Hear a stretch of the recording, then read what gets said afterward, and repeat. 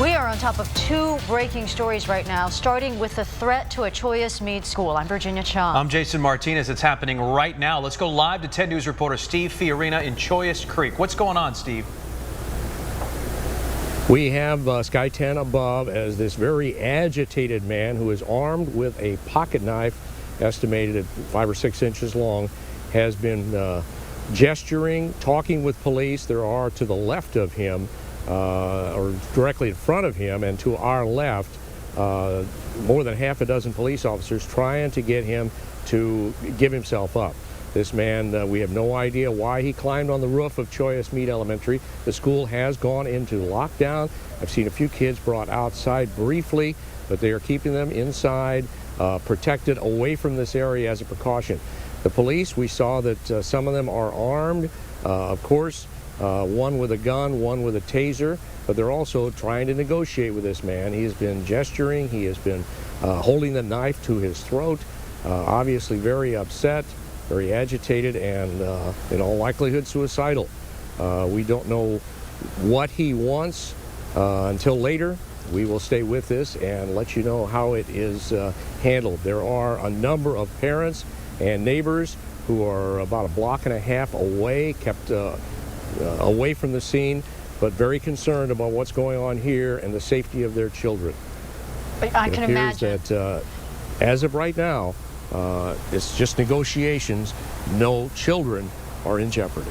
Live at Joyner Mead, Steve Fiorina, 10 News. We want to reiterate what you're looking at live is a school there, Joyner Mead School there, and you can see he is surrounded by police there on the roof.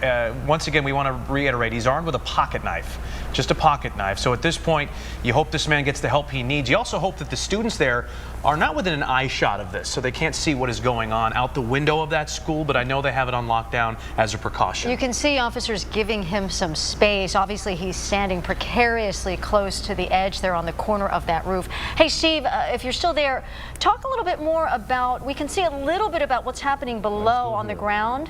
What's happening with the officers down there? Are they staging anything below him in case he goes over?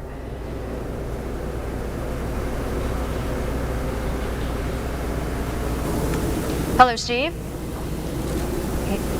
Steve's obviously busy. He's trying to gather more information on what the plan is here. But again, police are keeping their distance. They don't want him to do anything drastic, and clearly they're talking to him to try to get him to turn himself in. We'll stay on top of the story throughout 10 News midday. We do have other breaking news, though. Yeah, we want to get to this. Mira Mesa, a man has been groping young girls. Yeah, police need your help to catch a man. We have a picture of him to show you here, and Jared Aarons has that in the 10 News Live Center. Jared, there he is. Yeah, guys, I just got a Crime Stoppers alert from police about this. They say that this guy has groped at least 3 young girls. He's the release from the police department, and all of this has happened since the start of this school year. I'm going to show you where this is taking place. This is all near Mira Mesa Boulevard, just west of the 15, and 3 locations, including one of which, this spot right here, that's right near Walker Elementary School. All these things happening early in the morning. Police then sent out a sketch of the suspect that we showed you just a moment ago. They say that he's about 5'1"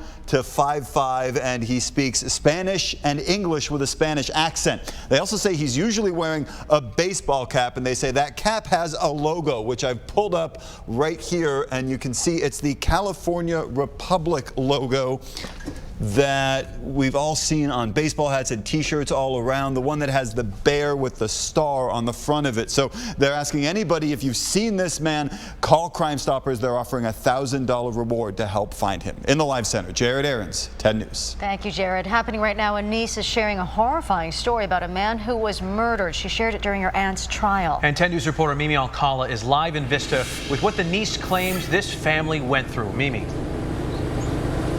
Yeah, guys, the niece, Lynette Vigil, says that Cynthia C de Baca is like a mother figure to her. She calls her granny, and she says she raised her as a child. She said she's had to rescue her multiple times when her son-in-law would kick her out of the home that they shared. In 2014, Juarez Stocchio was shot at least 12 times by Cynthia C de Baca. Prosecutors say she showed no remorse after the killing and even celebrated that same day. An argument over her clothing that day escalated in the death. But today, Today in court, the defense argued that C de Baca couldn't tolerate the abuse to her family anymore. Her niece testified saying Estacio would rape his wife, C de Baca's daughter, and C de Baca knew about it. She says he would both physically and verbally abuse his son, and says much of that abuse happened directly in front of Cynthia C de Baca. He would call him a jerk, low life. The dogs were better than him. He took the belt out and started whooping him all the way to the nook area. And I just looked at Laura like, we're visiting, really? You know, he wants him to read a book while his cousins are here. And he whooped him all the way to the nook area. And Laura just sat there, didn't know what to do. And Granny started crying, why are you hitting him? And he turned around and told her to shut the up. C de Baca had a medical emergency during the trial yesterday, so it is expected to go on for the remainder of today. Reporting in Vista, Mimi Alcala, 10 News. Thank you, Mimi. Now to this breaking news update. A man who led officers on a high-speed chase that ended right here. This is Lindbergh Field. That man is now headed to jail. 10 News anchor Robert Santos was there when police were in hot pursuit, heading right for where you are, Robert. Yeah, and many passengers actually had no idea what was going on because it never actually reached Terminal 1. We had just finished a report on the fog, walked out of Terminal 1, and then we noticed all these Harbor police cars headed our way in all directions.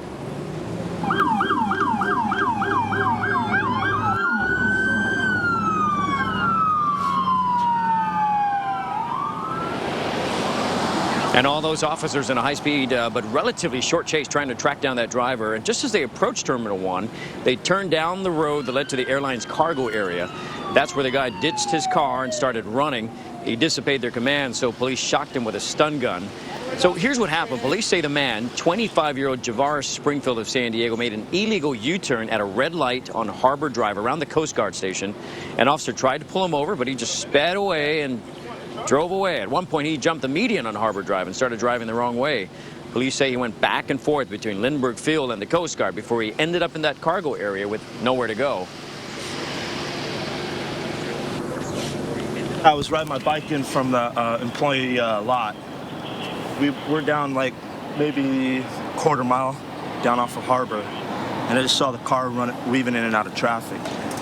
So you knew it was a chase. And police inspected that car. It's a rental car, but police say it's not under his name. The man claims the car belonged to his friend. They did find luggage inside, but they're not sure if it was his. They found other things in that car that may have been stolen. The man is now out of the hospital, on his way, if not already in jail, and will be booked. Police still do not know why he was running away from them. Live here, Lindbergh Field, Robert Santos, 10 News. Thank you, Robert. We first had word of the arrest on our 10 News app. You can sign up for breaking news alerts you can get anywhere, anytime when you download that app from the App Store.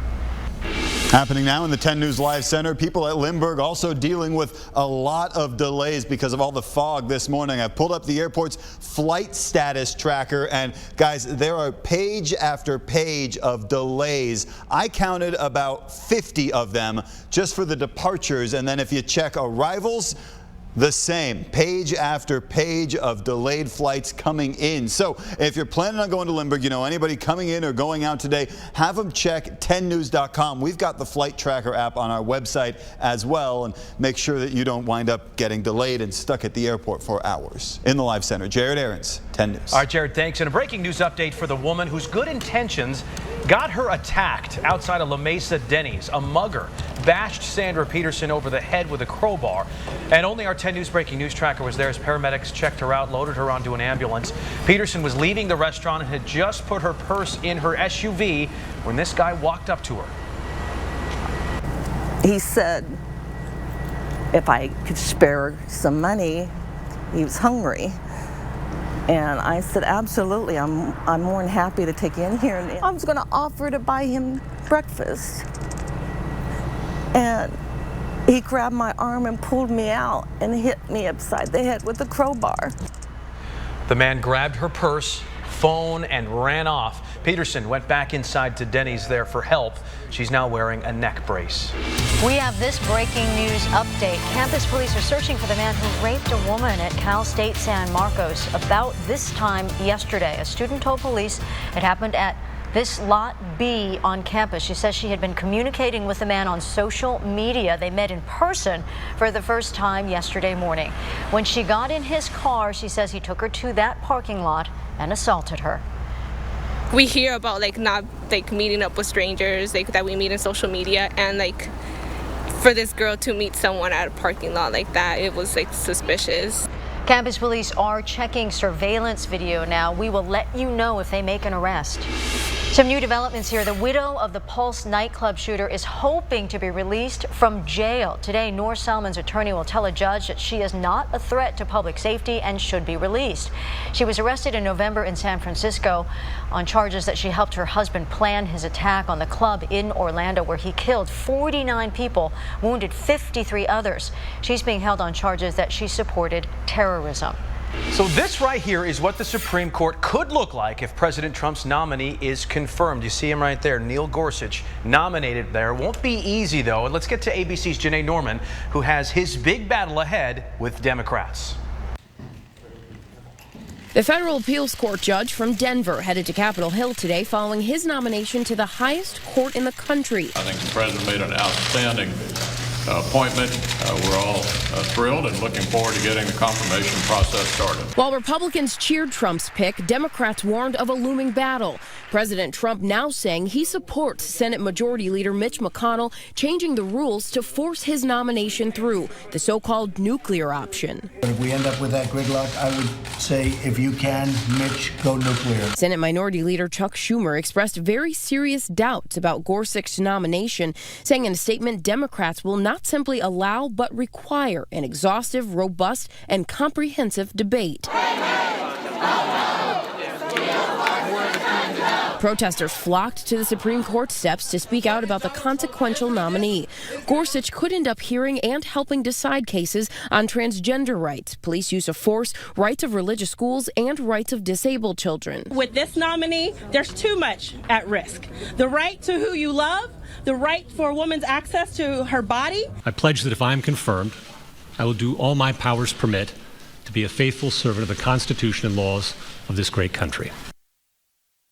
Unless Republicans push through a big change in Senate rules, Gorsuch will need the support of 8 Democrats to get confirmed. And that could be tough, as Democrats were upset Republicans blocked President Obama's nominee from ever getting a hearing. Janae Norman, ABC News, Washington.